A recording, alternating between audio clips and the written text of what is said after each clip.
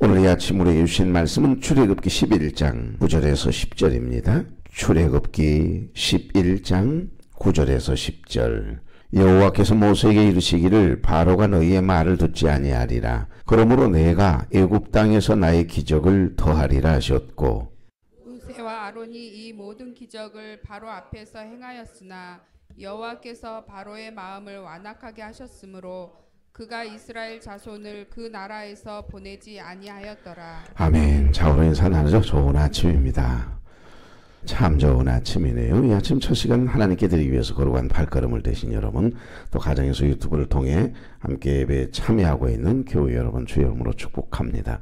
계속되는 재앙으로 인해서 참다 못한 바로의 신하들이 바로 임금에게 막 이제 몰려가죠. 그래서 폐하, 어느 때까지 이 사람이 우리의 함정이 되게 하시려고 하십니까? 제발 저들을 이 땅에서 좀 보내버립시다. 그들의 하나님 여호와를 섬기게 해버립시다. 왕은 아직도 애굽이 망하고 있는 줄을 알지 못하십니까? 이러면서 얼마나 힘이 들었으면 그랬겠어요. 오죽했으면 애굽 백성들과 신하들이 몰려가서 폐하 제발 부탁입니다. 그냥 보내시지요. 이 말이에요. 지금 자신들에게 임하는 이 재앙이 이스라엘 백성들이 섬기는, 저들이 섬기는 야훼라고 하는 신, 여호와 하나님이라고 하는 그 신이 지금 진노에서 내리고 있는 재앙들인데 그들은 알고 있거든요. 그러니까 임금의 마음을 어떻게든지 그 완악한 마음을 풀어서 해보려고 애를 쓰거든요. 그런데 유독 한 사람, 바로 임금만 그걸 몰라서 그러겠어요? 성경을 가만히 우리가 재앙들을 계속해서 묵상해 오면서 느끼게 되는 것, 분명한 사실, 팩트는 뭐죠? 그 임금도 열받지요. 화가 나겠지요. 430년 동안 부려먹던 그 많은 노동력인데 노동력이 한꺼번에 사라지면 그 어찌 견뎌내겠어요. 우리나라도 이미 외국 노동력이 유입이 되지 않으면 일이 안 돌아가요. 시골부터. 그런데 실제적으로 이렇게 교만하고 끝까지 완악한 마음을 가진 것은 그의 성정도 성정이지만 하나님이 바로 임금의 마음을 완악하게 해서 그러는 거지요. 완강하게 해서 그러는 겁니다. 그것 또한 하나님이 하신 일이죠. 그러나 그것을 알 턱이 없었던 백성들과 신하들은 지금 임금 한 사람만 모를 뿐이고 다 아는데 지금 재앙이 내려서 지금 쑥대밭이 됐는데 이 말이거든요. 재앙이 내리면 잘못했다고 그렇게 사정하던 바로 임금이 재앙을 거두면 그 순간 변하고 변하는 임금의 모습이 계속해서 연출되고 있거든요. 지루할 만큼. 더 정확하게 말씀드리면 여호와 하나님께서 바로의 마음을 완악하게 하셨으므로 이스라엘 자손을 보내지 않은 거지요. 10장 27절에 한번 보시면 여호와께서 바로의 마음을 완악하게 하셨으므로 그들 보내기를 보하지 아니하고, 아멘. 이 마음까지도 지금 하나님이 컨트롤하고 계시는 거예요. 그 마음을 붙잡아 주지 않으니까 지금 자기의 이 감정에 충실하다 이 말이죠. 우리도 마찬가지입니다. 예수를 믿노라 하면서도 우리의 감정, 우리의 어떤 이 마음이 요동을 칠 때 하나님이 붙잡아 주시지 않으시면요, 얼마나 염려가 되던가요. 얼마나 막 불안한 마음이 들던가요. 그런데 기도하고 나면 우리의 마음을 딱 붙잡아 주시고 깨닫게 하시고, 어제 이것이 결론이다라고 생각했는데 오늘 가만히 생각해 보면 하나님께서 딱 마음을 붙잡아 주셔서 하나님의 뜻과 생각과 계획을 이렇게 느끼게, 조금이라도 느끼게 하면 생각이 벌써 달라져요. 우리가 태평양처럼 마음이 넓어지요. 굉장히 넓어집니다. 여러분, 우리 쉼 있는 교회의 특징, 장점이 뭐죠? 양보하는 거지요. 져주는 거지요. 내 마음에 욕심을 내려놓으면 굉장히 편안해요. 그렇죠. 욕심을 가지니까 사람이 갈등이 생기는 게고, 내가 다른 사람보다 더 높은 자리에, 저 자리는 내가 올라가야 되는데, 내가 그 자리에 서 있어야 되는데, 저것은 꼭 내 것 만들어야 되는데, 이런 마음이 들어오니까 시기와 질투심이 생기는 게고, 마음이 속 시끄러워지는 거예요. 마음을 내려놔봐요. 나는 우리 교회의 특별한 장점 하나가 내려놓음이라고 생각합니다만은, 내려놔버리세요. 이웃집과 괜히 그 땅 몇 평 안 되는 거 가지고, 어이, 자네 하소, 자네 해. 한 평, 두 평 때문에 싸우고 법정 소송 오지만 그 마음이 상해서 그러긴 합니다만은, 그러나 그리스도인들은, 하나님의 사람들은 그 줘버리면 되지 뭘 그렇게 그러잖아요. 오히려 그 싸울 필요 없이 내가 양보해 버리는 것이 훨씬 더 궁극적으로 얼마 가지 않아서 여러분이 오히려 더 승리가, 하나님이 더 붙여주시는 은혜를 주실 텐데, 하나님이 부어주시는 복은요 최소한 30배예요. 30배, 60배, 100배 아니요. 그러니까 여러분, 이삭이 그 가뭄 중에 100배의 축복을 받았다라고 하는 말씀이 나와요. 그렇죠? 근데 그 100배는 그냥 받은 게 아닙니다. 애굽에 내려가지 마라. 하나님 말씀하시니까 예, 알겠습니다. 하나님 말씀에 순종했기 때문이에요. 순종이 제사보다 낫다는 말이 그래서 있는 겁니다. 하나님의 말씀대로 순종하고, 양보하라면 양보하고, 용서하라고 하면 용서하는 거예요. 용서가 안 되는데도 용서하려고, 왜? 하나님이 원하시니까 그렇게 하는 거예요. 그러면 굉장히 마음이 편안하고요. 순간 하나님께서, 하나님이 감동을 받으시니까 100배의 복을, 그 가뭄에, 다른 집에, 논에는, 밭에는 곡식 열매가 맺었는데 가뭄이어가지고 물이 부족해서 쭉정이가 그냥 툭툭툭툭툭 달라붙어 있는데, 이삭이에요. 이삭의 논밭에는 왜 그렇게 주렁주렁 열렸다는 것 아니겠어요? 여러분, 해걸이라고 하는 거 아시죠? 해걸이 아요, 장로님? 아이고, 해걸이 이거 뭐예요, 장로님? 그렇죠. 두 해 정도는 어쩔 때는 그냥 감이 주렁주렁 열려요. 어마어마하게 많이 열리거든요. 근데 한 해를 보면은 감이 안 열려요. 없어요. 그러니까 이 가지치기를 해줌으로 인해서 그 해거리를 없애는 이제 비결이 생겨나고 농법이 생겨나서 달라집니다만은 그 해거리가 생기거든요. 그 참 이상해요. 그런데 여러분, 우리가 하나님의 은혜 안에 살아가면 해거리가 없게 하십니다. 놀랍게도 그냥 열매가 적게 열렸다 그러면 그 해는 열매가 크잖아요. 커요. 그리고 이상하게 태풍이 와가지고서 그 많은 열매가, 풍성하게 열렸던 그 열매가 딱 떨어지고 몇 개 안 남아 있잖아요. 강한 놈만 남아요. 그러면 모두가 다 땅 치면서 원망하지요. 그걸 주우면서 피눈물을 흘리지요. 그 고생을 했는데. 그런데 놀라운 사실은 감사하는 사람들이 있어요. 그 와중에도. 아이고 하나님, 그래도 몇 개는 남았네요. 남겨주셔서 감사합니다. 그러면서 이걸 오기야 구미야 키워나가다가 보면 그게 금값이 돼가지고요. 그 노동력도 그렇게 많이 안 들어가요.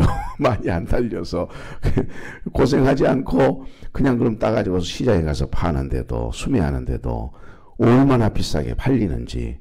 그러니까 아무리 많은 열매를 수확하는 것 같아 보여도 유술레스 고생에 비해서 별 수입이 없는 때가 있고, 계속해서 이상해, 해거리 이야기가 더 지금 열매 이야기하고 있네요. 그러는 거예요. 그래서 범사에 감사해 버리십시다. 그러니까 오늘 여기 여호와께서 바로의 마음을 완악하게 하셨으므로 그들을 보내기를 기뻐하지 아니하고, 하나님이 우리 마음을 붙잡아 주시면 큰 문제인 것처럼 보이지만 큰 문제가 아니에요. 하나님 앞에 무슨 큰 문제가 되겠습니까? 감사하십시다. 그걸 알면서도 하나님은 모세의 권위를 높여주시기 위해서 지금 계속해서 재앙을 내리시고, 모세를 통해서 재앙을 거두시고, 우리가 키워둡니다. 저와 여러분의 천국 열쇠예요. 그래서 여러분의 삶의 현장에, 직장의 일터에서, 가정에서 기도하는 여러분들이요, 어떻게 하느냐에 따라서 하나님은 그대로 응답하시거든요. 그래서 내가 결정하는 것이지 자녀들이 결정하고 부모들이 결정하고 다른 사람이 결정하는 게 아니에요. 내가 중요해요. 내 마음의 뜻을 하나님께 딱 정하고 나면, 하나님 감동하시면 사람들도 감동받게 되어 있습니다. 그래서 결국 내가 움직이는 것에 따라서 모든 일들이 운행이 된다니까요. 하나님이 하시는 일들이. 누구를 통해서 하나님은 일을 하시죠. 지금 10가지의 재앙을 내리실 때 누구를 통해서? 하나님의 종, 기름 부어 세운 하나님의 종 모세를 통해서예요. 그러니까 사실은 바로 임금이 권세가 있고 권위가 있고 대단한 권력을 쥐고 있는 것처럼 보이지만 그의 말 한마디면 죽고 사는 겁니다. 그런데 여러분, 그거 하나도 두려워할 것 없어요. 하나님의 권세는 하나님의 사람을 통해서 일어나거든요. 그러니까 지팡이를 들어라. 그럼 들면 되는 거예요. 들면 재앙이 내린 것이고, 다시 모세야 지팡이를 들어라. 그러면 들면 재앙이 멈추잖아요. 여러분 한 분 한 분을 통해서 재앙이 내리기도 하고 멈추는 놀라운 권세가 있다니까요. 우리가 회개하면, 그 한 사람이 회개하면 그 집안에 내리던, 그 공동체에 내리던 재앙이 멈추었더라 하잖아요. 다윗이 어디를 가든지 하나님이 함께 하시니 이기게 하셨더라 그러시잖아요. 다윗 한 사람 때문에 그 전쟁에서 승리한 겁니다. 다윗 한 사람 때문에 그 전쟁이 패할 수도 있는 거예요. 나 한 사람이 그렇게 중요한데 나를 가벼이 여기지 마시고 이제 10번째 재앙만 마지막 재앙만 남겨놓고 있습니다. 그럼에도 불구하고 바로 임금은 여전히 자기가 모든 일을 이 운행 모든 권세를 가지고 있기 때문에 지금 자기의 말 한마디면 모든 것이 된다고 생각했는데 지금 계속해서 가로막히고 있거든요. 누구를 통해? 하나님의 종 모세를 통해서. 그렇게 굉장히 자존심 상하겠지요. 그래서일까요? 바로 임금은 더 완악하고 강팍해졌습니다. 10번째 재앙인 장자의 죽음, 짐승의 첫 새끼의 죽음을 예고했는데도 바로의 완악함은 여전해요. 이때 하나님께서 모세에게 말씀하시죠. 11장 9절입니다. 다 같이 시작. 여호와께서 모세에게 이르시기를 바로가 너희의 말을 듣지 아니하리라. 그러므로 내가 애굽 땅에서 나의 기적을 더하리라. 나의 기적을 더하리라. 할렐루야. 여기에 레버트 모페타이라고 하는 원어 성경의 단어예요. 이 말은 나의 기적을 더하리라 이 말인데 직역하면 나의 표적들을 많아지게 할 것이다 그런 뜻입니다. 그런데 여기 레버트라고 하는 이 단어는 증가하다, 많아지다 그런 뜻이 되는 것이니까 이제 모든 재앙의 절정인 10번째 재앙까지를 통해서 하나님의 뜻과 계획이 이루어지게 될 것임을 이야기하는 거예요. 그러니까 내가 10번째 재앙을 통해서 기적을 보여주리라 이런 말씀이라기보다는 그동안 9가지의 모든 재앙도 지금 하나님이 내리신 것이라 이 말이에요. 그런데 이제 한 번 더 10번째 재앙을 통해서 끝내는 이제 항복하게 만들 거야. 내가 생각했던 계획했던 하나님의 뜻이 하나님의 계획이 그대로 이제 이루어지는 클라이막스죠. 클라이막스. 마지막 또 한 가지의 재앙이 남아있다. 이런 의미도 되고요. 그러니까 하나님의 뜻과 계획이 완전하게 이루어질 것임을 미리 말씀하고 있는 내용이 오늘 여기 나의 기적을 더하리라라고 하는 말씀이 되는 겁니다. 그러니까 오늘 이 본문은 9가지 재앙에 대한 바로 임금의 태도 또 마지막 10번째 재앙의 필연성에 대해서 지금 설명하고 있는 거지요. 마지막 재앙이 일어날 수밖에 없는 배경 이 내용을 지금 9절 10절은 설명하고 있다 보면 맞습니다. 여러분 하나님께서 애굽 땅에 내리신 이 재앙들 그러니까 이 9번에 걸쳐서 내린 이 재앙들을 가만히 보면서 우리는 10번째 재앙을 알거든요. 이미 결론을 알아요. 그러니까 이 10가지 재앙들을 보면서 혹시 궁금한 것은 하나도 없었습니까? 궁금한 거 없었어요? 저는 여러 가지가 궁금했어요. 묵상을 하면서 하나는 출애굽기 7장부터 시작되어지는 이제 첫 번째 재앙이 내리지요. 13장에 나오는 10번째 재앙까지를 마무리를 이렇게 하면서 묵상하면서 10가지 재앙을 보면서 하나님은 왜 처음부터 10번째 재앙인 가장 무서운 재앙이죠. 큰아들이 다 죽는 재앙이니까요. 짐승의 첫 새끼가 다 죽는 그 10번째 장자의 죽음에 대한 재앙이거든요. 이 재앙을 아예 그냥 단번에 모세하고 아론을 바로에게 보내가 만약에 내 백성 내보내라 이렇게 이야기 하나님의 뜻을 전했는데도 만약에 그 뜻을 듣지 않고 거부한다 그러면 10번째 재앙 그냥 죽음의 재앙 그냥 단번에 걸쳐서 하면 되는 거 아니냐 이 말이에요. 왜 하나님께서는 재앙을 10가지의 재앙을 내렸을까? 또 한 가지는 하나님은 왜 재앙을 한 번에 끝내지 않으시고 여러분 이 10가지의 재앙을 내리는 동안의 기간이 6개월 걸리거든요. 6개월 동안입니다. 우리 교회가 사실 어찌 보면 이제 공전의 식장을 놓고 의논할 때부터 가만히 계산해 보세요. 정확히 6개월이거든요. 6개월 동안 얼마나 많은 일들이 있었습니까? 얼마나 많은 생각들이 기도들이 있었습니까? 근데는 가만히 10가지 재앙을 가만히 보면서 어찌 보면 우리 교회의 흐름과 너무 똑같다라고 하는 생각이 들어졌는데 여러분 어떠세요? 여기 6개월 동안 아니 왜 재앙을 한 번에 끝내버리면 될 텐데 지루하리만치 우리로 하여금 이런 일들이 생기고 저런 일들이 생기게 하면서 이 6개월 동안 엎치락 뒤치락 하나님이 하시는 일들 그리고 우리의 믿음이 다 드러나게 만들지요. 우리의 모습들이 다 적나라하게 들추어지지요. 그리고 우리의 믿음이 우리의 기도가 하나님 앞에 상달되어지는 이런 과정까지를 가만히 보면 거의 6개월이 걸렸거든요. 이 6개월 동안 그렇게 많은 재앙을 내리셔야만 했을까라고 하는 궁금증이 내 마음에는 일어나더라고요. 그리고 또 한 가지 궁금한 것이 있습니다. 하나님은 왜 이스라엘 백성들을 애굽 땅에서 인도하실 계획을 가지고 계시면서 사람의 마음을 언제든지 움직이실 수 있잖아요. 그 사람의 마음을 감동시킬 수도 있고 온유한 마음을 부드럽게 만들어줄 수도 있고 강팍하게 놔둬버릴 수도 있고 마음을 창조하신 하나님께서 그 마음을 컨트롤 다 하실 수 있으신 분인데 왜 하나님께서는 이스라엘 백성들 애굽 땅에서 이렇게 인도하실 계획을 가지셨으면 그대로 그냥 하시면 되지, 전능하신 분이시면서 왜 바로의 마음을 완악하도록 내버려 두셨을까라고 하는 궁금함이 있었습니다. 그러니까 출애굽기 7장 3절에 보면 첫 번째 재앙을 내릴 때부터 내가 바로의 마음을 완악하게 하고 그러죠. 4절 보십시오. 바로가 너희의 말을 듣지 아니할 터인즉 너희들 말 안 들을 거야. 아니 바로 임금이 모세하고 아론의 말을 듣지 않을 것을 알면서도 왜 보내냐고요. 아니 그냥 궁금해서 죽겠어요. 물어볼 수도 없고. 그렇지 않습니까? 분명히 그 마음을, 완악한 마음을 하나님이 주신다라고 말씀하시면서도 보낸단 말이에요. 8장을 가보십시오. 7장에서만 그게 보이는 게 아닙니다. 8장 가셔서 9장 한번 보세요. 10장에도 그렇습니다. 11장 10절 다 같이요. 모세와 아론이 이 모든 기적을 바로 앞에서 행하였으나 여호와께서 바로의 마음을 완악하게 하셨으므로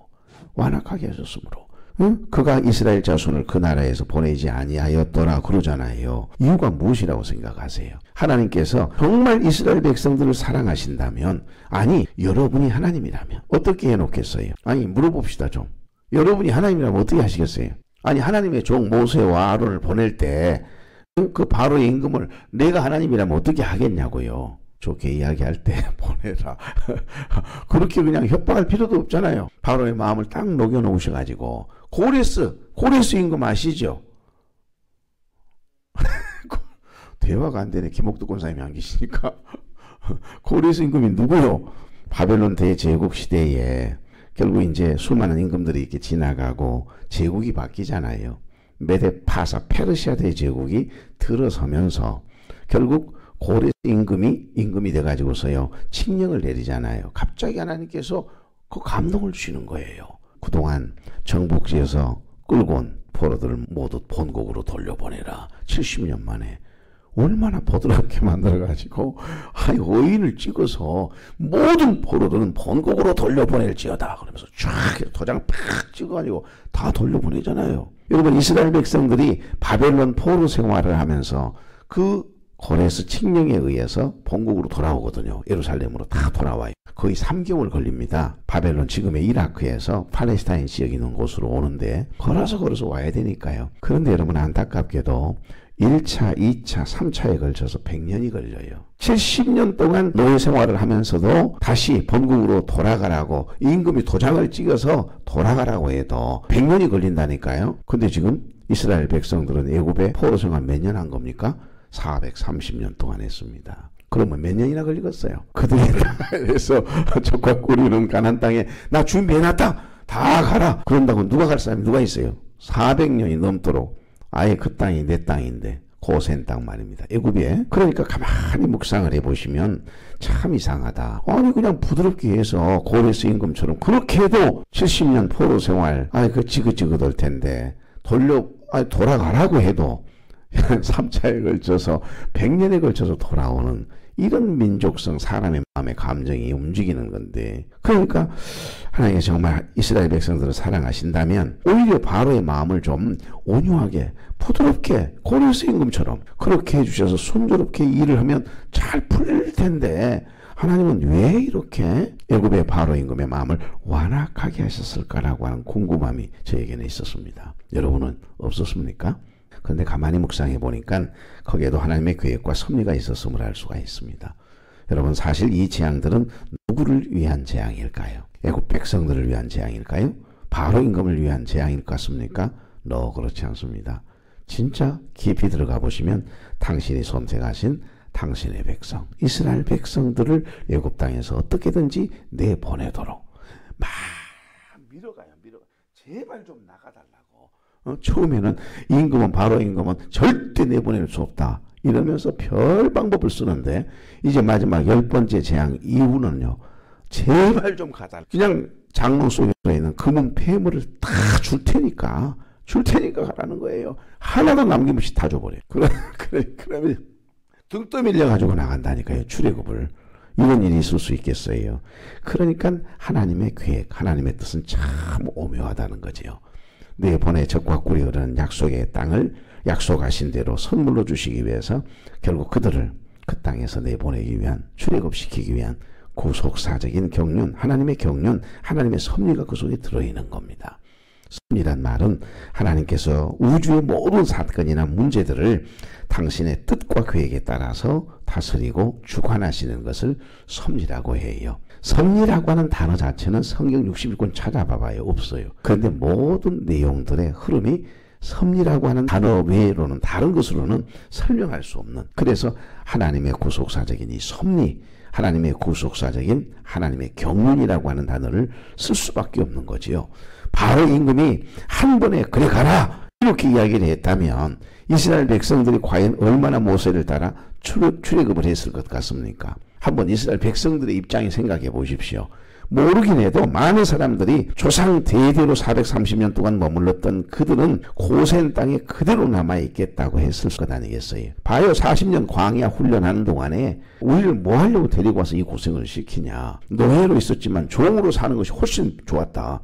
그 노예 근성, 거지 근성이 아직 이게 벗겨지질 않아가지고요. 얼마나 불신앙적인 이야기를 하는지, 불평을 해야 되는지. 여러분, 우리 교회의 일련의 모든 과정 너무 흡사하다라고 한 생각이 들지 않습니까? 바로의 마음이 완악하고 강팍해져 압제가 더 심해지고 노동이 가중되어지면서 너무 힘이 들고 고통스러우니까 빨리 이곳을 이렇게 떠나고 싶지 않았을까라고 하는 생각이 들면서 서서히 내 마음의 궁금증이 하나둘 풀리기 시작했는데, 여러분 또 다른 어떤 깨달음이 있겠지요. 그러니까 우리로 하여금 어떤 그 하나님의 뜻을, 하나님의 계획을 이루실 때는 가끔가다 그런 일들을 우리가 경험할 수 있다는 거 생각해 보면 되겠습니다. 이제 말씀을 정리하고 마치고자 합니다. 하나님의 표징과 이적이 애굽 땅에 계속 나타남으로 인해서 이스라엘 백성들에게 궁극적으로 여호와 하나님에 대한 절대적인 신뢰가 생기게 만들어요. 하나님만 의지하게 만들어요.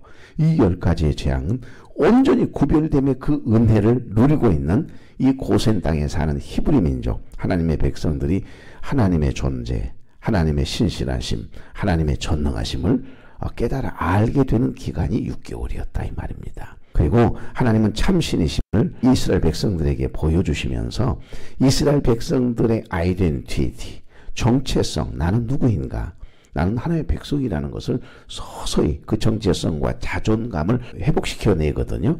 그렇게 자기의 정체성과 그리고 자존감을 회복시킨 다음에 나는 하나님의 백성이라고 하는 이 자존감을 회복시킨 다음에 데리고 가고 싶으셨던 하나님 아버지의 마음이 조금 이제 이해가 되기 시작하더라고요. 400년이나 넘도록 살아온 터전이잖아요. 변화를 싫어하는, 두려워하는 사람들에게는 그동안 살던 이 애굽의 고센 땅을 그리 쉽게 떠나고 싶지 않았을 것 아닙니까? 그러나 정을 떼도록, 그래서 하나님의 뜻과 계획대로 아브라함과 한 약속을 이루시기 위해서 지금 모세를 얼마나 오랫동안 준비하셨어요? 오래전부터 준비했지 않습니까? 아니요. 요셉을 먼저 보내서 준비시키신 하나님이세요. 그러니까 하나님께서 수백 년 동안 이전에 미리 앞서 가셔서 여호와 일에 준비하시고 예비하신 일을 이루시는 일일 뿐이라니까요. 이 모든 10가지의 재앙은 바로 임금을 향한 애굽 백성을 맷때리기 위한 재앙으로만 보지 마십시오. 내 백성, 당신의 백성들을 약속의 땅으로 데려가기 위한. 왜? 그 약속은 저 위로 올라가면 믿음의 조상 아브라함과 한 약속이거든요. 그럼요. 그래서 우리가 하나님과 작은 것 하나도 약속하고 서운하고 기도하다 보면 그 약속을 꼭 이루어 주시기 위해서 하나님의 구속사적인 경륜, 하나님의 섭리가 우리의 삶 가운데도 있다는 것, 그것을 믿는다면 오늘도 감사함으로 하나님의 뜻, 하나님의 계획, 하나님의 섭리를 생각하며 힘있게 믿음으로 발걸음을 뗄 수 있기를 바랍니다. 또 한 가지 궁금한 것은 내일 아침에 하겠습니다. 500원씩 가져오시든지 기도하겠습니다. 좋으신 하나님, 가을의 바람이 불면 곡식이 익어가는 것처럼 우리의 심령에도 성령의 바람, 은혜의 바람이 불어서 우리의 신앙이, 우리의 인격이 익어가도록 역사해 주옵소서. 지금 이 시대는 재앙을 몰고는 동풍이 불어서 모두가 너무너무 힘들어하고 있습니다. 서풍은 하나님의 은혜의 바람임을 보았습니다. 하루속히 우리에게 은혜의 바람 서풍이 불게 하셔서 재앙은 물러가게 하시고 전능하신 우리 하나님의 일하심을 두 눈으로 똑똑히 바라보고 간증할 수 있도록 하나님의 마음을 깨달아 알게 하시고 매 순간마다 풍성한 하나님의 헤세드의 사랑과 인자와 자비를 받아 누리는 우리 모두 되도록 기름 부어 주시옵소서. 이 아침 새벽을 깨워 첫 시간을 하나님께 드리고 기쁨과 감사함으로 삶의 연장으로 발걸음을 떼는 종들과 동행하여 주옵소서. 병상에 누워 투병 중에 있는 우리 모든 교우들 일일이 찾아가 주시고 주의 피 묻은 손으로 어루만져 주시어서 회복시켜 주시고 하나님의 풍성한 은혜를 경험하며 간증하는 복 있는 날 되게 해 주옵소서. 고유원 집사님 은혜 가운데 기적적으로 태어나게 하시고 은혜 주셨음을 감사합니다. 남은 생에 더 건강케 하옵소서. 예수님의 이름으로 축복하며 기도하옵나이다. 아멘.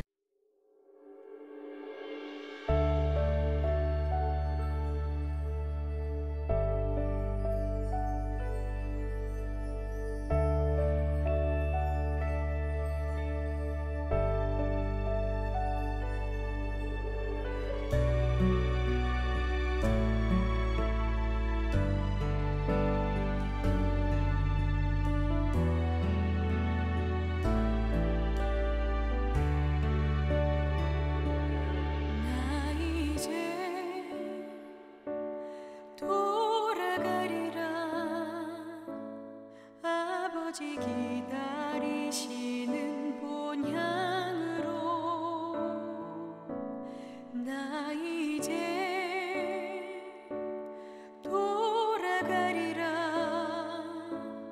아버지 안아주시는 본향으로 나 이제